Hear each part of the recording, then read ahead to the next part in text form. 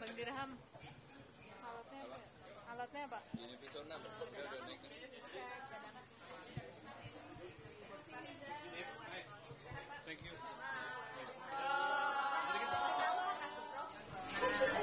Ayo, mau tanya apa?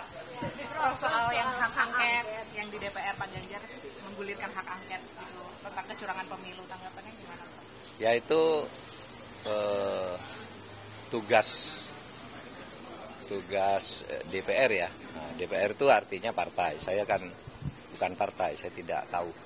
Itu katanya mau komunikasi juga sama Paslon 01. Mungkin paslon dalam arti partai pengusung, bukan paslonnya. Paslonnya seperti saya kan bukan orang partai, tidak mungkin komunikasi urusan angket. Tapi pembicaraan hak angket itu benar sudah dibicarakan waktu tanggal 15 kemarin itu. Oh iya, angket, interpelasi itu dibicarakan, tetapi itu rapat partai pengusung. Sedangkan paslon ditugasi masalah hukum. Nah, dan saya sebagai paslon masalah hukum sudah nyerahkan ke sebuah tim khusus. Jadi saya juga tidak tahu tidak harus tahulah apa yang dikerjakan, mereka terus bekerja. Yang tim khusus. Prof, kemarin TPN mengkritik soal Sirekap KPU bermasalah. Ini kalau Prof sendiri melihatnya bagaimana? Bukan hanya TPN ya, masyarakat pada umumnya di seluruh Indonesia itu mempersoalkan Sirekap. Ya. Bahkan sudah ada yang mengusulkan tentang audit digital forensik terhadap Sirekap itu. Jadi itu supaya diaudit benar itu bagaimana kok bisa terjadi amburadul begitu. Berbagai cara kesalahan secara teknologis gitu kan ditemukan. Ada kalau ketahuan salah di sini dikeluarkan pindah ke daerah lain itu kan ada juga. Ada kesalahan input dan sebagainya.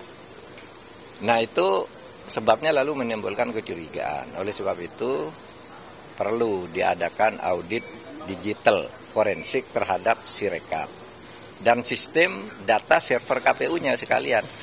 Saya mendengar tadi Mbak siapa tuh yang anggota KPU itu menjelaskan ini sudah diaudit oleh lembaga yang berwenang.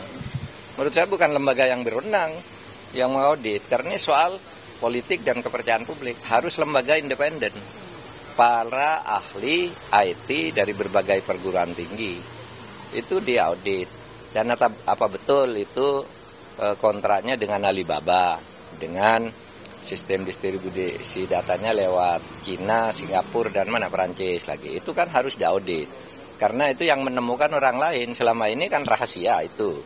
Baru dijelaskan di situ bahwa ya tetapi tetap dikendalikan dalam negeri. Tapi kenapa tidak sejak dulu terbuka? Maka saya sangat setuju. Di luar soal perkara ke MK, saya sudah serahkan ke tim khusus. Di luar soal perkara ke MK, kejujuran pemilunya itu menyangkut semua, menyangkut masa depan bangsa, menyangkut demokrasi. Itu audit digital forensik supaya dilakukan. Dan itu bisa. Dan beberapa hari lalu si Holik dari KPU udah mengatakan siap diaudit. Nah ayo dong. Lembaga independen tapi bukan lembaga yang berwenang. Kalau lembaga yang berwenang nanti yang punya pemerintah lagi yang sudah dicurigai kan selama ini. Lembaga independen tadi ITB, kemudian lembaga-lembaga yang memang bekerja di bidang IT itu kan banyak yang menawarkan diri. Karena semuanya menemukan kesalahan. Kalau memang mau jujur ya audit sekarang. Itu benar enggak gitu. Tentu Apa itu dilakukan di luar soal proses hukum ke MK, itu soal lain. Ini soal kredibilitas KPU-nya saja. Ini siapa yang mengendalikan KPU melakukan hal seperti itu. Oke. Prof, kita tahu untuk membuktikan di MK nanti, untuk membuktikan secara TSM itu tidak mudah ya, Prof. Nah, sejauh mana sih tim sudah mengantongi alat bukti untuk membuktikan hal tersebut? Nah, tanyakan ke tim, saya bukan tim. Tapi maksudnya seberapa yakin bahwa kejahatan pelanggarannya itu TSM gitu, Prof? Iya, tanya ke tim. Yang yakin itu tim. Kan kita sudah nunjuk tim untuk mengerjakan itu, dipimpin oleh Pak Mulya Lubis. Tanya ke sana. Apa? Ada informasi Pak Hadi akan menggantikan Prof Mahfud sebagai Menko Polhukam dan akan dilantik Pak Jokowi. Apakah sudah mendengar hal itu, Prof? Saya mendengar, baca dari berita-berita Anda ini. Sudah terberitakan. Iya, enggak apa-apa. Tapi kalau melihat Pak Hadi sendiri untuk mengisi kursi Menko Polhukam, Prof melihat seperti apa? Boleh juga. Saya kenal baik sama dia, orangnya baik.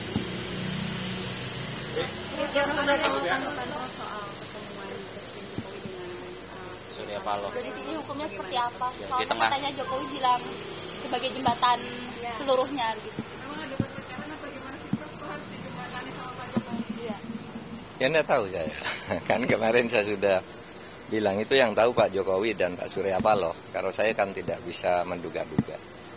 Semua bisa terjadi ke depan ini. Namanya politik juga, dinamikanya akan tinggi. Belum lagi kita melihat gerakan Pak Prabowo itu nanti bisa menjadi fenomena sendiri, yang Pak Jokowi dengan yang lain fenomena sendiri. Itu ya biasa politik. Yang penting nomor satu, negara ini selamat. Itu satu. NKRI tetap menjadi rumah kita. Ya, NKRI sebagai bentuk negara ya. Kemudian ya demokrasinya supaya dijaga betul, demokrasi dan keadilan. Saya konsennya sekarang di situ. Demokrasinya harus benar, karena kalau demokrasi dimain-mainkan itu hanya nunggu waktu aja untuk kacau. Karena demokrasi itu dalam sejarahnya tidak pernah bisa disumbet oleh penguasa sehebat apapun. Bisa nyumbet sebentar, setahun, 2 tahun. Nanti demokrasi itu kalau terus disumbat terus membuka jalan sendiri. Prof, Bikin jalan sendiri. Juga tanggapan Prof, 84 petugas pemilu meninggal dunia selama bertugas. Oh iya. Yang paling banyak dari KPPS nih. Iya. Ada evaluasi Iya. mungkin Prof ke depan? Ya, kalau komentar saya innalillahi wa inna ilaihi raji'un gitu aja. Yang pemilu serentak dievaluasi mungkin Prof. Makasih, Prof.